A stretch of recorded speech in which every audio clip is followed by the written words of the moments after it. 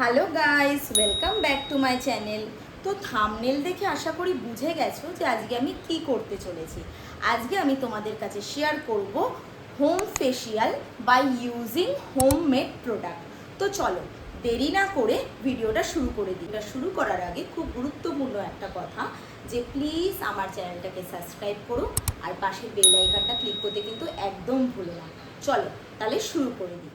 First step is cleansing. আমি এখানে cleanser হিসেবে ইউজ করেছি র মিল্ক। র মিল্কটাকে আমি একটা কটনের সাহায্যে গোটা স্কিনে ভালো করে অ্যাপ্লাই করে নেব জেন্টলি। র মিল্ক অ্যাজ আ ক্লিনজার খুব ভালো।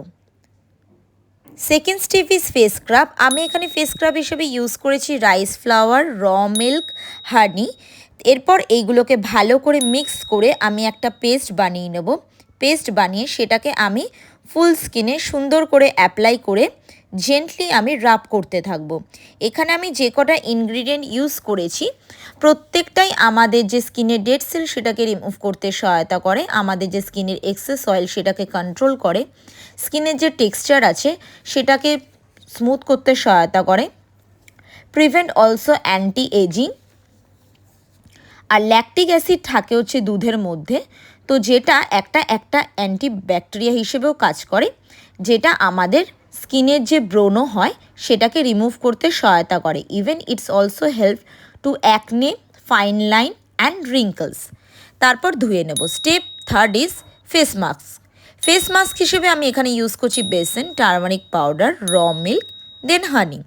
এটাকে ভালো করে মিক্সড করে আমি স্কিনে অ্যাপ্লাই করে নেব আর এটাকে আমি শুকানোর জন্য ওয়েট করব, দেন ওয়াশ করে নেব।